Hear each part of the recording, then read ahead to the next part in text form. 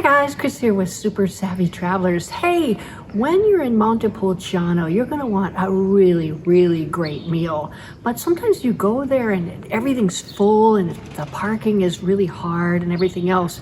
So what I suggest is this. Number one, I wouldn't eat somewhere where a lot of tourists go because usually it's better if you go a little bit out and find a really good traditional restaurant. So what I suggest is you get in your car, drive about 9 kilometers to Torrita di Siena. First of all, it's a beautiful hill town with a stunning piazza and parks all around it.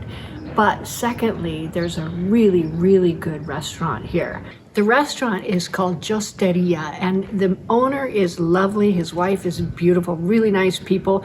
And the best part, it's almost right next door to my new art gallery here in Torrita di Siena.